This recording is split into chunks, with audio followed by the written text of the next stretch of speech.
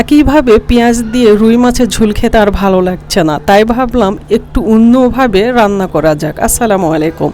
তার জন্য আমি তেল দিলাম কড়াইতে, তেলের ভিতর গোটা সরিষা দিয়ে দিলাম, তারপর দিয়ে দিলাম পেঁয়াজ কুচি আর কয়েকটা কাঁচামরিচ। পেঁয়াজটা যখন নরম হয়ে আসবে ঠিক সেই পর্যায়ে অ্যাড করব আদা বাটা, রসুন বাটা, লবণ কিন্তু স্বাদ মতো দিবেন, তারপর জিরার গুঁড়া, ধনার গুঁড়া, মরিচ গুঁড়া এবং হলুদ গুঁড়া দেওয়ার পর এবারে দিয়ে দিব আসল দুটি উপকরণ।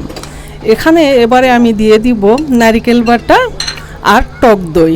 দেবার পর অল্প অল্প করে পানি অ্যাড করব আর মশলাটা কষিয়ে নিব। যতটা মশলা কষিয়ে নেবেন ঠিক ততটাই কিন্তু স্বাদ বেড়ে যাবে। তারপর মাছগুলো দেওয়ার পর উল্টিয়ে পাল্টিয়ে পানি অ্যাড করব পরিমাণ মতো।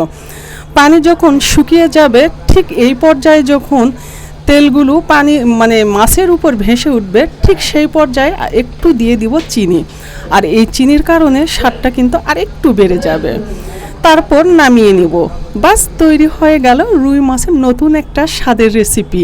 এটা কিন্তু মুখে লেগে থাকার মতো স্বাদ, সত্যি